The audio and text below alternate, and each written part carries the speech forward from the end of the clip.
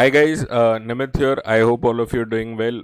Last के videos में कुछ थोड़ा सा ऑडियो का इशू था, so I am holding the audio even mike even closer so that you are able to have a better quality experience and let's begin with this session. इस बार की session में है ना अपन लोग TQM सीखने समझने वाले हैं.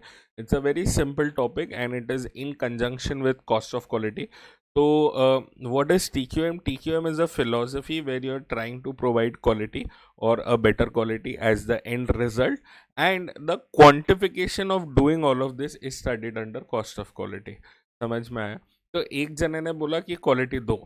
अब उस क्वालिटी देने के चक्कर में अपने को कितना खर्चा आ रहा है ना, एक मैनेजमेंट अकाउंटेंट का व्यू, अपने को कितना खर्चा बढ़ गया, that is studied under cost of quality. ठीक है ना.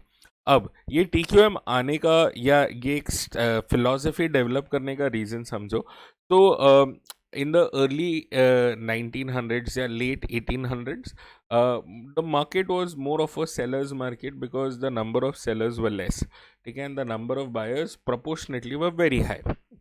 अब यू ऑल नो कि things started improving, business ease of business बढ़ गया था, and because of that a lot of sellers came in, which is why the competition intensified. अब जब कंपटीशन बढ़ा है तो फिर वो उस एक कस्टमर को रिटेन करना ना जो आपके पास पहले एनीवेज था, अब वो थोड़ा और मुश्किल हो गया.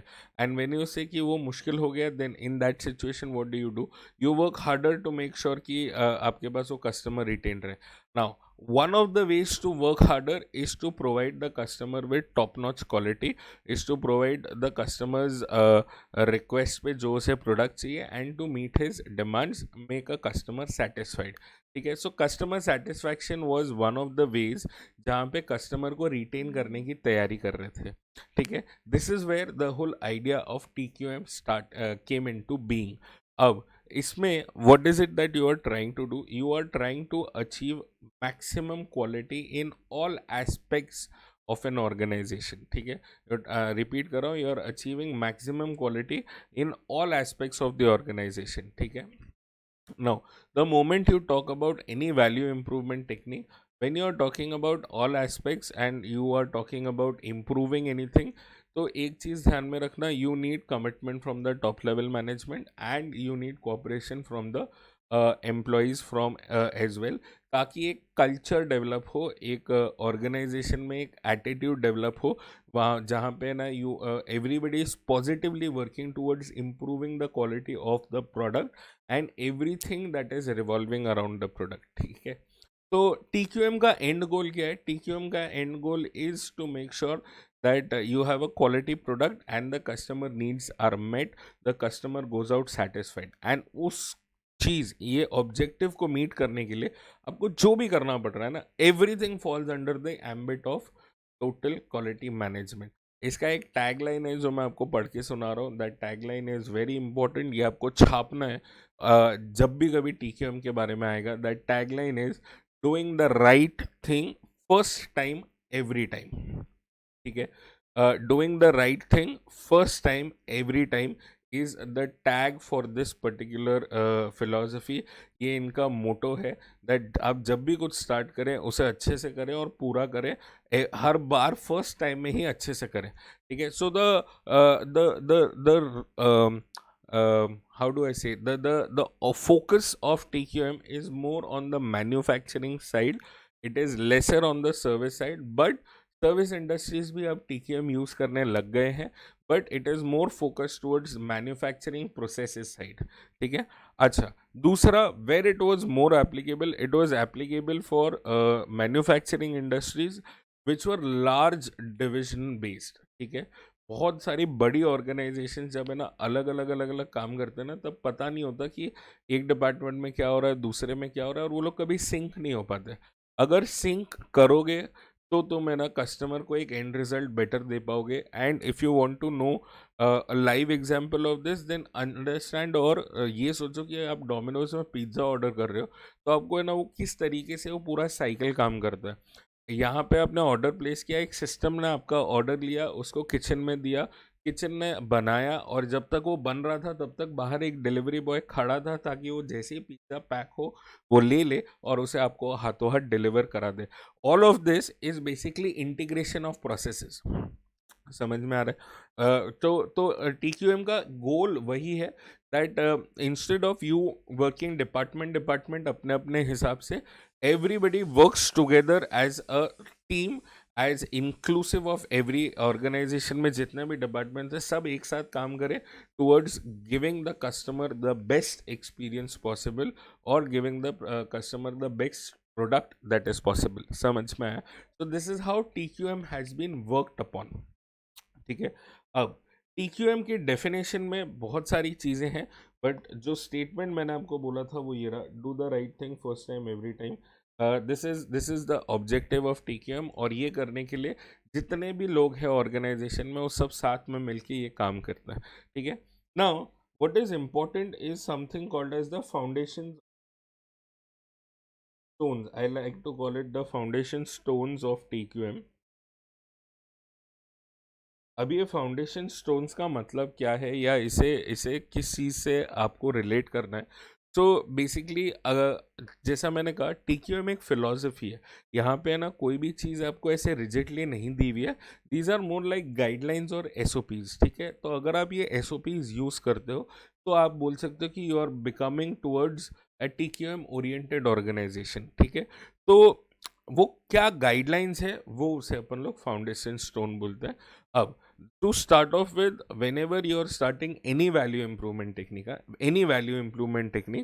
the planning, it has to be, the philosophy has to be in the top level या the strategic planning level।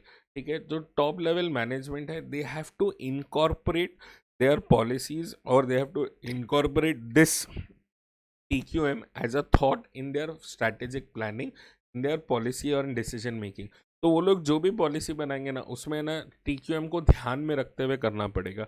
Now once you have the top level management in its strategic planning, you need their commitment from the top level management and the employees की अपने को ये conscious effort लेना है कि अपन हर चीज़ में क्वालिटी प्रोवाइड कर पाए। ठीक है। अगर इसका एक एग्जाम्पल चाहिए तो है ना, एक मूवी आई थी स्टीव जॉब्स पे, जिस was called Jobs. It is still there on Netflix और समथिंग। आप उसमें देखोगे ना, तो वो लोग एक वो कंप्यूटर जैसा कुछ बना रहे होते हैं, और उसका अंदर का जो हिस्सा है जो दिखने भी नहीं वाला है, Steve Jobs wanted that to look beautiful as well, even if it is not visible. ठीक है। कि कभी किसी ने अपनी मशीन खोल के देख ली ना, तो वो भी अंदर से अच्छा दिखना चाहिए। बाहर से तो of course there machines always looked good, but they wanted the machines to look good from the inside as well. That is commitment from everybody in the organization, top level employees की, हाँ नहीं नहीं, अपने को तो सब काम अच्छे से ही करना है। Another example that I can give you is come for commitment is, मान लो तुम ऑफिस जा रहे हो। ठीक है। आर्टिकलशिप कर रहे हो, तुम्हारा बॉस जो है वो शाम को 6 बजे निकल जाता है और तुमको 11 12 बजे तक बिठा के रखता है। क्या तुम्हें अच्छा लगेगा? It never works that way ना। अगर बॉस भी 12 बजे तक बैठा है तो तुम्हें भी लगेगा ना, यार बॉस भी काम कर रहा है तो अपने को भी कर ही लेना चाहिए, ऐसा तो क्या ही गलत हो रहा है। ठीक है। तो that is commitment. It has to flow from the top, then it will start flowing in from the bottom. बड़ा अगर बड़े पहले वो करेंगे ना, तो छोटे जो हैं वो उसे इनकॉर्पोरेट करना चालू करें। ठीक है। अब ये सब करने का पर्पस क्या है? ऑल ऑफ दिस इज, इसका एंड गोल क्या है? ताकि अपन लोग कस्टमर का नीड्स मीट कर सके। That is another foundation for you. The needs of the customers are to be met. ठीक है। Customer needs met. अच्छा, कस्टमर की रिक्वायरमेंट क्या होती है? कस्टमर के पास क्या रिक्वायरमेंट होती है? Just small things. कस्टमर के पास रिक्वायरमेंट में बोलने के लिए है कि you have to reduce the cost of the product and to give them, ये वाला एक इम्पॉर्टेंट और अच्छा पॉइंट है कि कॉस्ट ऑफ द प्रोडक्ट तो तुमको कम करना ही है, but you have to reduce your development cycle times as well. मतलब तुम्हें प्रोटोटाइप से लेके फाइनल प्रोडक्ट तक फटाफट आना है, कस्टमर को वेराइटी देते जाना है, कस्टमर को नए नए प्रोडक्ट्स देते जाना है। अगर इसका है ना एक छोटा सा एग्जाम्पल अगर मैं दूँ ना, तो तुम्हें पता है एक दो है ना, ये यूट्यूब वीडियोज़ पे बीच में बहुत पहले वो फिजिट स्पिनर होता था, वो थोड़ा सा फेमस हो गया था। कुछ कुछ लोग हैं ना वो स्पिनर्स यूज़ कर रहे थे वीडियोस में, and apparently with in 15 days और अ मंथ मेरे को है ना आजू बाजू में दुकानों में मिलने दिख गया था कि वो स्पिनर है ना बिग बी रहा है। तो what is that? That is reducing the development cycle time. मेरे को वो चीज़ देखी, मेरे को पसंद आ गई, बट आज अगर मेरे पास उसकी एक्सेसिबिलिटी नहीं है तो मैं क्या करूँगा? पर यही, अगर अब मेरे पास वो प्रोडक्ट एक्सेसिबल हो गया तो मैं उसे लेना चाहता हूँ ना। So it is to reduce the development cycle time to such a stage कि है ना कस्टमर को उसकी जो थॉट उसके दिमाग में चल रहा है ना कि हाँ ठीक है प्रोडक्ट मैं ले सकता हूँ, वो वाला है ना प्रोडक्ट तुम्हें हाथों हाथ देना पड़ेगा. So that is reducing the cycle time. अब how do you reduce the cycle time? You will need JIT just in time ताकि तुम है ना फटाफट प्रोडक्शन उसे करके दे सको. Also you will need systems. You will need automation to improve your facilities. अगर ऑटोमेशन होगा तो तुम्हारा साइकिल टाइम कम हो पाएगा, तो तुम फटाफट है ना प्रोडक्ट कस्टमर को दे पाओगे. ठीक है. So you will be able to give out the product faster to the customer if you have JIT and if you have systems to initiate all of this for you. ठीक है. Next point जो foundation stones में है that is employee involvement. Employees are the one जो है ना ground zero पे काम कर रहे हैं. They have direct experience into everything. तो उनका एक्सपीरियंस है ना तुम लोग लो और उसके बाद है ना उसे वो एक्सपीरियंस को यूज़ करके है ना उन्हें involve करो so that you are able to do a better process. And while you are doing that, always give due recognition and reward to the employee. अगर उसने कुछ अच्छा किया है तो उसे recognize करो, उसे reward दो. One of the last foundation stones is basically challenging the goals and the benchmark. मतलब अगर अपन ने सोचा है कि अपने को 10,000 यूनिट बेचने, तो ऐसा नहीं कि 10,000 यूनिट ही बेचने, अपन है ना और उसके ऊपर जाने की सोचो और कोशिश करो कि अपन लोग और प्रोडक्ट बेच पाए या और बेटर अपन लोग इसमें कुछ कर पाए. ठीक है. These are the foundation stones for TQM. अभी तक जितना भी अपन लोग ने किया है ना, अगर तुम लोग को TQM के बारे में कुछ भी पूछ लिया ना, तो इतने पॉइंट्स लिख के आ जाओ, तुम्हारा 1.5 पेज का आंसर रेडी है. And it is pretty much a generic answer. TQM के बारे में कहीं कुछ बोलने को बोल दिया ना, तो ये सारा तुम है ना साथ साथ है ना लिख के आ सकते हो. यहाँ सब कुछ राइट है, सब कुछ लेजिट है. समझ में आ गया. Then moving further is the 6 C's of TQM. 6 C's of TQM.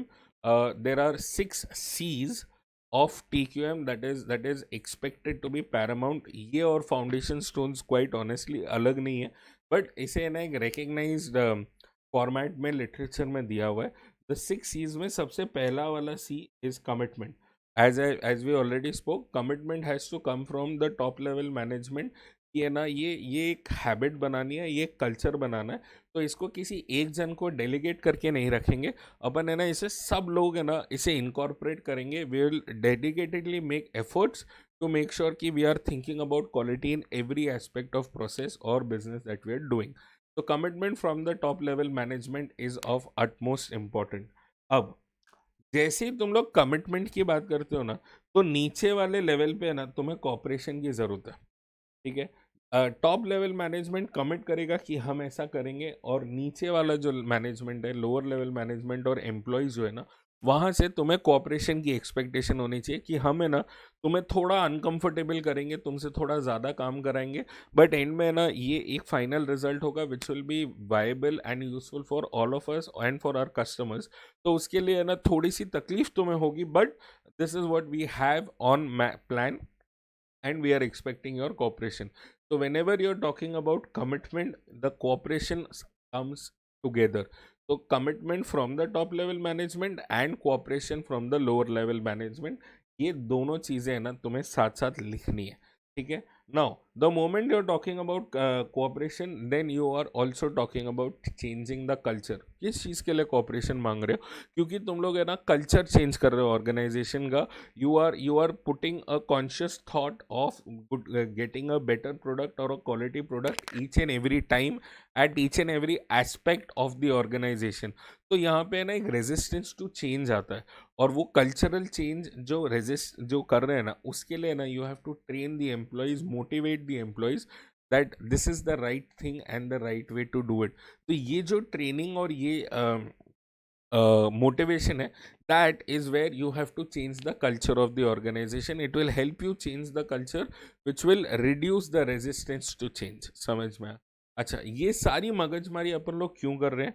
क्योंकि अपना एंड गोल जो है वो कस्टमर फोकस है. अपन लोग कस्टमर पे फोकस कर रहे हैं कि उसे जो प्रोडक्ट मिल रहा है, उसे जो फाइनली जो चीज़ मिल रही है, that is meeting his requirement, he is satisfied with the product and it is at a cost which the customer can be in a state to afford, मतलब वो अफोर्डेबिलिटी वाला factor is always there.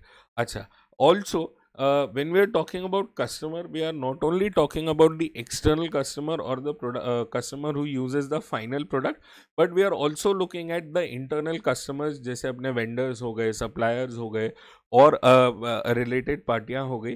All of them should also be kept in mind while you are talking about TQM. Everything is to be taken into consideration, not only the external customer but also the internal customers. ठीक है. अब ये customer को जो आप ये जो भी कर रहे हो ना, it is has to be a continuous process. The customer satisfaction is a continuous process. ऐसा नहीं कि आज एक दिन सेटिस्फाई कर लिया, 4 बार नहीं भी करोगे तो चलेगा. It is a continuous process. तो every day you have to consciously be at it and keep continuing what you are trying to do. You have to constantly get better. There is always scope for improvement, no matter how small, but there will always be scope of improvement. और वो scope of improvement आपको हमेशा tackle करना है, उसे हमेशा achieve करना है. You always have to make sure कि you are working and striving towards a better environment, a better product. So it is a continuous thing, it is a long term thing, it is not a short term thing. समझ में आ गया. अब इसके बाद है ना, इसके बाद the last thing that we are looking at in the 6C is something called as control. तो ये सारी चीज़ें हैं ना, जब आप कर रहे हो तो you need a proper road map, a proper documentation to see कि जो जो अपन ने सोचा है वो डिप्लॉय हो रहा है कि नहीं. And once it is being deployed, तो अब आपको ये सोचना है कि है ना, ये जो चीज़ें आपने सोच रखी है या आपने जो भी डिप्लॉय कर रखी है रादर, वो चीज़ें एक्चुअली में अचीव हो रही है कि नहीं. तो all of this needs a control mechanism. It needs to be properly documented and everybody is to be given responsibilities for whatever they are suppose to do. और वो रिस्पॉन्सिबिलिटी देने के बाद आपको उसे चेक भी करना है कि आपने उन्होंने वो रिस्पॉन्सिबिलिटी प्रॉपरली मीट की है या नहीं. समझ में आया. So quickly once again, what is it in the 6Cs? We have commitment. And जैसे ही अपन लोग कमिटमेंट की बात कर रहे हैं तो अपने को सामने से क्या चाहिए. टॉप लेवल कमिट करेगा, लोअर लेवल जो है वो अपने को कोऑपरेट करेगा. ठीक है. अब ये कोऑपरेशन करने के लिए अपन है ना कल्चर में चेंज लेके आएंगे. और ये सब क्यों कर रहे हैं? ताकि कस्टमर फोकस है अपना. अच्छा, कस्टमर फोकस है और कस्टमर को अपन लोग को ये कंटिन्यूसली ट्रीट करते रहना है. इसके लिए continuous improvement is the 5th C. And the last C that you have is basically talking about control. तो ये सारी चीज़ें हैं ना आपकी हो गई 6C में. The next part that we have is contribution by Deming. ठीक है. इनका नाम याद रखना, W. Edward Deming. ठीक है. He is often referred to, ये वाला भी ध्यान में रखना, he is the father of quality control. He is considered to be a father of quality control. तो ये वाला पार्ट है ना हमेशा ध्यान में रखना कि जब भी आप है ना कोई फिलोसफी लिख रहे हो तो उस फिलोसफी का फाउंडर या जो भी क्रेडिटेड है उस फिलोसफी के लिए, उनका नाम आप हमेशा लिखो. It will get you the extra brownie point. समझ में आया. So W. Edward Deming is the father of quality control. He is the one who founded the quality control, and he gave out a lot of literature regarding quality. 2 literature आपके syllabus में है, वही discuss करेंगे और ज़्यादा पंचायत नहीं करेंगे. तो जो दो लिटरेचर्स उन्होंने दिए थे, one of it is called as the Deming's 14 point and the other is called as the Deming wheel. ठीक है. तो जो डेमिंग 14 पॉइंट्स है, दीज आर योर 14 पॉइंट्स. इसे याद रखने के लिए ना मैंने कुछ छोटा सा बनाया हुआ है. Let me just pause the video and bring that screen back and come back to you. एक second. Yes, so as you can see on my screen, these are the bifurcations of Deming's 14 points. अब है ना कैसा है देखो. What kind of questions can you expect out of this topic TQM particularly? इससे आपको क्या आ सकता है? यहाँ पे ना आपको इन जनरल है ना आपको एक केस देंगे और बोल देंगे कि है ना आप है ना इसमें TQM अप्लाई करके बताओ आप क्या क्या करोगे. तो ये जो पॉइंट्स है ना, all of these will become your basics, जहाँ पे आपको ये पॉइंट मेंशन करना है। उसके बाद है ना कंपनी का नाम लेके है ना उसमें क्या इससे रिलेटेड है वो एक लाइन लिखनी है, और ऐसे करके आपको पॉइंट्स ड्रॉ करने हैं, पॉइंट्स बनाते जाने हैं। This is the whole purpose of you learning any theory. ठीक है, अपन लोग थियोरी क्यों पढ़ रहे हैं और क्यों समझ रहे हैं, ताकि अपने को उसका पर्पस समझ में आ जाए, और उनके जो पॉइंट्स है ना वो अपने को याद रहने चाहिए। जब वो याद रहेंगे तब अपन है ना उसको केस में वीव कर करके है ना अपन लोग फाइनली उसमें से एक आंसर ड्रॉ करेंगे। So it is not that you need to only understand the theory, but इसके अलावा है ना you also have to make sure कि आप है ना उसे याद भी रख रहे हो। तो याद करना, retention is also an important part of this whole activity. So keep that also in mind.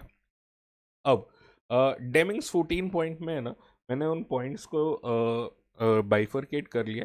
There are a few things that you eliminate, there are a few things that you institute, and there are some other points. तो मैंने उसे जमा के ना, I have put that back on to you, यहाँ पे screen पर है। तो एलिमिनेट क्या क्या करना है, you have to eliminate targets, you have to eliminate quotas, and you have to eliminate merit system for employees। ठीक है, ये तीन अलग अलग पॉइंट्स है, eliminate target, eliminate quota and eliminate the merit system for employees. ये तीन अलग पॉइंट्स हैं। बेसिकली इन तीन पॉइंट्स के पीछे आइडिया बहुत सिंपल है कि अगर आप है ना कोई भी टारगेटिंग सिस्टम रखते हो ना, तो एम्प्लॉय का मोटिवेशन कैसा हो जाता है कि मेरे को सिर्फ टारगेट पूरा करना है, he is not surpassing that target. ठीक है, तो इसके लिए है ना वो थोड़ा अपना पराया वाला फीलिंग आ जाता है कि अगर मैं उसको बोलूँगा कि एक्स्ट्रा काम कर ले, तो बोला मैं क्यों करूँ, यू नो, वो वेरी सिंपल थिंग। तो है ना वो मैं क्यों करूँ के चक्कर में है ना their goals and the organisational goals are not aligned. ठीक है, दोनों अलग अलग थोड़े से दिशा में सोच रहे हैं, तो ये दिक्कत हो जाती है। तो इसके लिए as per Deming what this is, company को, ऑर्गेनाइजेशन को अपने एम्प्लॉयज़ को जो है ना ओनर्स की तरह समझना चाहिए। They are also a partner in that building of the organisation. तो ये सारे जो कोटा सिस्टम, मेरिट सिस्टम और ये जितने भी टारगेट वाले हैं ना, ये सब मत करो। Let the employee work as per their free will, they will give you better results. And another thing related to employee is to remove barriers between staff. ठीक है, तो पहले के ऑर्गेनाइजेशंस कैसे होते थे, बड़े बड़े ऑर्गेनाइजेशंस, अलग अलग डिपार्टमेंट्स। ठीक है, कोई एक डिपार्टमेंट दूसरे वाले को जानता नहीं था, तो sharing of ideas was not happening. ठीक है, अगर है ना इसके लिए अगर मैं तुम्हें एग्जांपल दूं, तो स्टीव जॉब्स स्टडीड और understood the use of a mouse, not in a computer, but it studied that use in the company called as Xerox, जो अपनी है ना मशीनें बनाते हैं फोटोकॉपी वाली। वो जो Xerox जो कंपनी है ना, उनके पास वो पॉइंटिंग डिवाइस था, एंड स्टीव जॉब्स थॉट कि है ना मैं इसे कंप्यूटर में यूज़ कर सकता हूँ, I can use this and make it a better experience.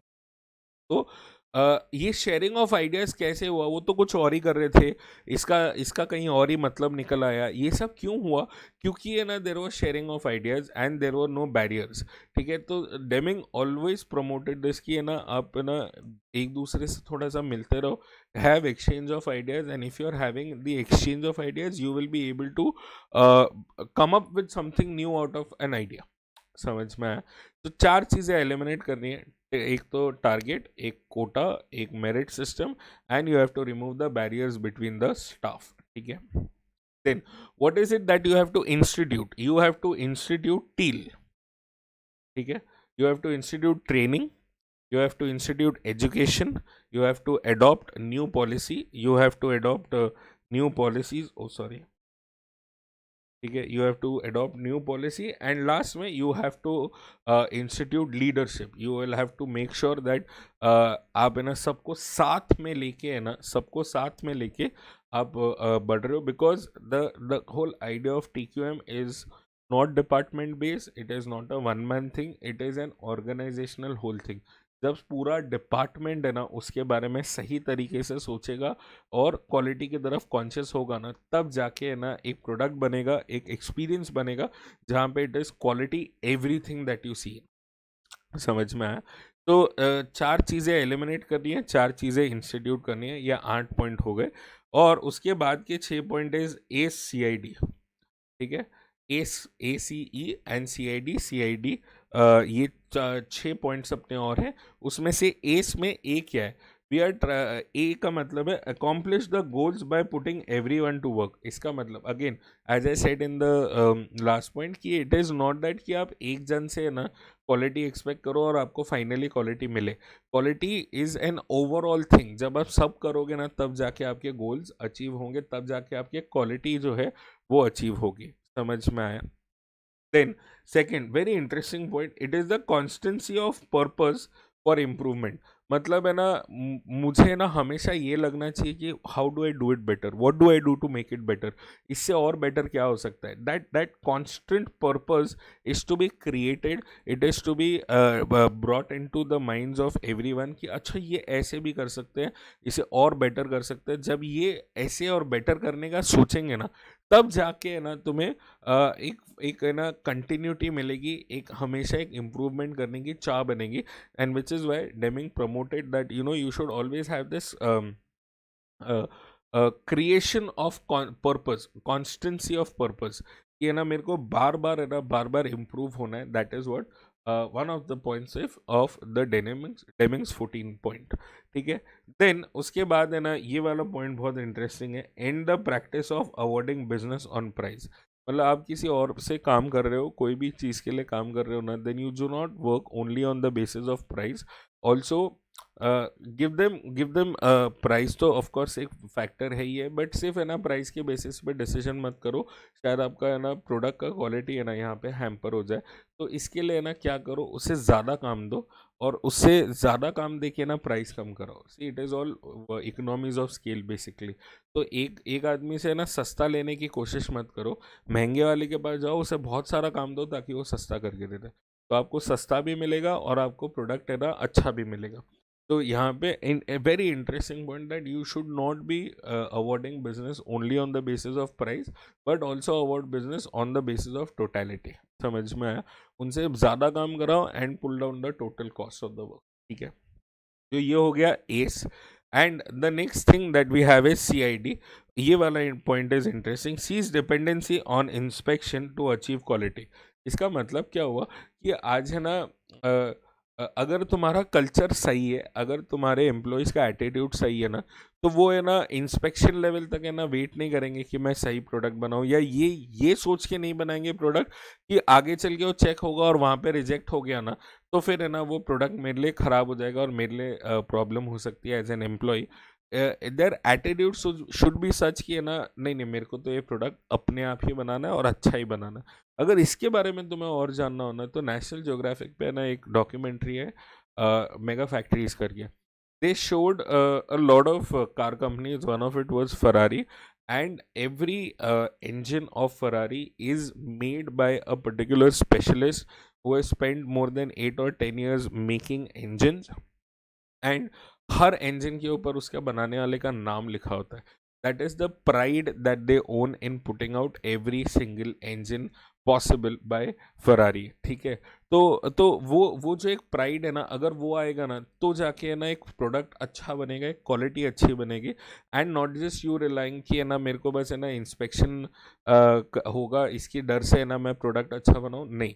You will always have to make sure कि मेरा एटीट्यूड ऐसा हो गया कि मैं तो प्रोडक्ट अच्छा ही बनाने वाला हूँ, वो इंस्पेक्ट हो या ना हो।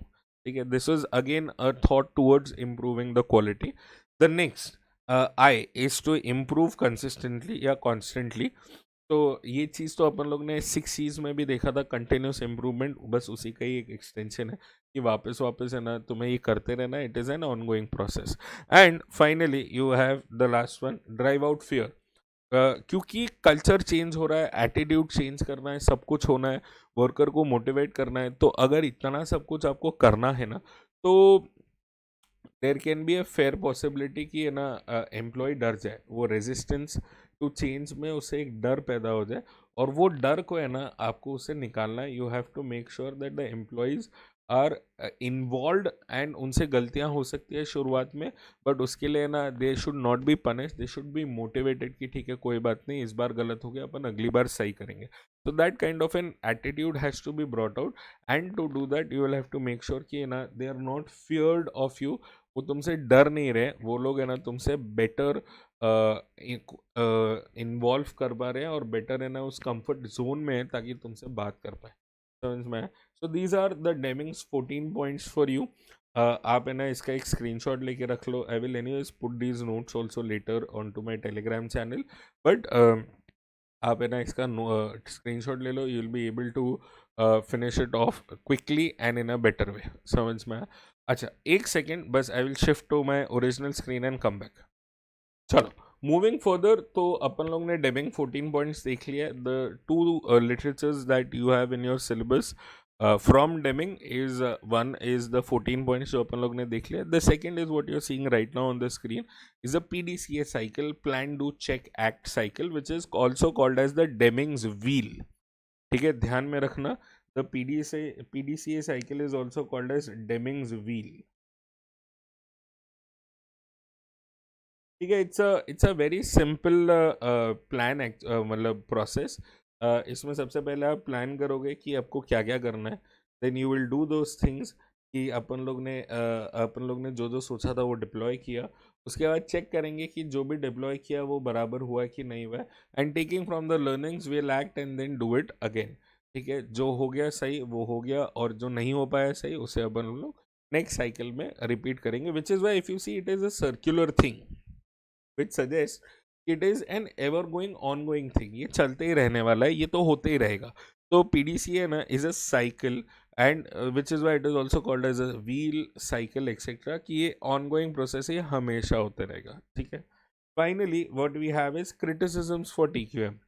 One of the criticism is changing culture. As I said, ये जो चेंजिंग कल्चर है, this brings a lot of resistance between the workforce and that can be problematic for the organisation. अगर ढंग से प्लान आउट नहीं हुआ वो, तो एम्प्लॉय कंफ्यूज हो सकता है। जैसे अभी अभी फिलहाल है ना, ये लॉकडाउन वाले जो भी फेजेस चल रहे हैं, गवर्नमेंट कुछ बोल रही है, लोग कुछ कर रहे हैं, कुछ और समझ रहे हैं। All of this is creating a lot of culture. जो चेंज करने की बात हो रही है ना कि दूर दूर रहो, भीड़ मत करो, so that cultural change is bringing a lot of resistance। People are not accepting it the way they should be, so that is where it can create a problem। So this is one of the criticism। Second is time consuming।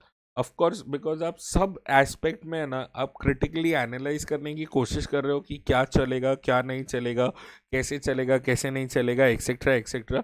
So that is of course a time consuming process. It is something जहाँ पे है ना आपके लिए दिक्कत हो सकती है, क्योंकि इतने टाइम तक है ना you may always be following short of production, और वो may be in the form of strike और something, but it is a very time consuming and a tedious job. And the next point, very very expensive as well. हर चीज़ में आप अगर आप quality देना चाह रहे हो ना, तो वो क्वालिटी देने के लिए ना आपको खर्चा भी एक्स्ट्रा करना पड़ेगा। लाइक फॉर एग्जांपल, अगर मेरे पास एक रेगुलर टोस्टर है, ठीक है, अब उस टोस्टर में ना वो सैंडविच की ब्रेड जो है ना, वो जिस तरीके से टोस्ट होनी चाहिए वैसी नहीं होती है। तो I need to get a better toaster, तब जाके ना वो ब्रेड वैसे टोस्ट होगी जैसे मुझे चाहिए। I am improving the quality, मेरे को खर्चा भी करना पड़ रहा है। अगर आप एक रेस्टोरेंट चला रहे हो, तो आपको है ना, you have to make sure the staff is courteous, तो स्टाफ को ट्रेनिंग दो। स्टाफ इज़ वेल ग्रूम्ड, तो उनका ध्यान रखो। Staff is wearing the nice uniform and everything, they are looking pleasing, aesthetically nice, उसके लिए भी आपको खर्चा। So every place where you are trying to improve quality या you are trying to improve the outcome, आपको ना वहाँ पे खर्चा करना पड़ेगा। और जब तक आप ये खर्चा करते रहोगे, इट एंड्स ऑफ, मतलब जब तक आप करते ही जा रहे हो, it turns out to be a very expensive affair. And lastly, this is one of the points जो एग्जैक्टली क्रिटिसिज्म कब होगा वो समझना जरूरी है। They say that there is no creativity and innovation. So ऐसा है कि after a lot of iterations, ठीक है, आप एक पॉइंट पर आ जाओगे जहाँ पे you are meeting the quality, ठीक है, and once you reach there, तब आपके पास शायद कुछ नया करने को नहीं हो। वो एक कहावत है ना कि it is easier to be number one than to stay number one. ठीक है, क्योंकि to stay number one you have to constantly innovate. अब TQM जो है ना, it is talking about providing quality. ठीक है, सब चीज़ में क्वालिटी होना चाहिए। They don't talk about creativity और इनोवेशन। ठीक है, the theory is not about creativity and innovation. इसका मतलब है TQM can help you reach the top, but it can not help you stay at the top. समझ में आ रहा है? तो this criticism is about you not being there but you reaching there. आप है ना वहां तक पहुंच जाओगे, बट वहां पे रहने की जिम्मेदारी है ना टीकेएम की नहीं है। That is one of the criticisms for TKM. So again 4 criticisms क्या क्या है? You have changing culture, which will bring resistance to change, जिसकी वजह से वर्कफोर्स परेशान होगा। It is time consuming, it is expensive and it lacks creativity and innovation. ठीक है, लास्ट में कंक्लूजन है बहुत सिंपल सा। सो दिस कंक्लूजन सेज कि there is no particular policy और no particular method as to how you can derive और do TQM। बस इन्होंने एक फिलॉसफी दी है, कुछ कुछ चीज़ों में कुछ पॉइंटर्स है जिसे आप डिप्लॉय करोगे तो आपके ऑर्गेनाइजेशन में एक क्वालिटी ड्राइव चालू हो सकता है। But you will always have to tailor the needs and everything for that to happen. तब जाके है ना आपसे है ना वो वाला जो पूरा एक ड्राइव है या एक पूरा एक क्वालिटी आपके ऑर्गेनाइजेशन के लिए क्या बेटर है ना, वो वाली आपको समझ में आएगी। So these are SOPs, as I said in the start of the video. These are SOPs जो आप यूज कर सकते हो to create something out of your own, but there is no particular way of doing it. And with this it finishes TQM। ठीक है, there are some interlinks with TQM जो जैसे जैसे आएगा ना वैसे वैसे अपन लोग देखते रहेंगे। But this is what is TQM all about. क्या क्या इसमें याद रखना है वो मैं बता रहा हूँ आपको। आपको है ना कुछ बेसिक्स याद रखने की क्वालिटी के बारे में है, एम्प्लॉयज़ के बारे में है। It is focusing as customer का needs and requirements to be fulfilled etcetera etcetera. That is a basic background. Then you have to remember these foundation stones for DQM। उसके बाद है ना आपको 6 C's याद रखने। उसके बाद आपको 14 पॉइंट्स याद रखने। और उसके बाद PDCA तो बहुत सिंपल है, एंड क्रिटिसिज्म। तो अगर if I have to write this down, अगर मेरे को सिर्फ है ना कहीं पे जगह मिल जाए, हाँ, तो अगर मुझे कुछ लिखना है तो मैं इसमें क्या लिख सकता हूँ? अपने को एक बैकग्राउंड पता होना चाहिए। ठीक है, you need the foundation stones, foundation, you need 6 C's, you need 14 points, you need 14 points के बाद the PDCA cycle, PDCA cycle होने के बाद इसके अलावा what you need is criticism and you're done। इतना आप कर लोगे ना तो आपका काम हो जाएगा। TQM आपको याद हो जाएगा और कोई भी टाइप की केस स्टडी होगी ना आप उसमें आराम से आंसर लिख पाओगे। I hope you have understood the lecture, you have enjoyed the lecture. If there is something that you have not understood, please comment in the comment section. मुझे बताओ अगर आपको कुछ समझ में आया, नहीं समझ में आया, and everything related to it. If you want to get in touch with me, you can contact me on 9859854090। That's my number. You can contact me there. You can join us on Telegram जहाँ पे video available होगा, on YouTube where you can come back and watch the video any time you want. Thank you so much for watching. I hope you have a great day. Thank you.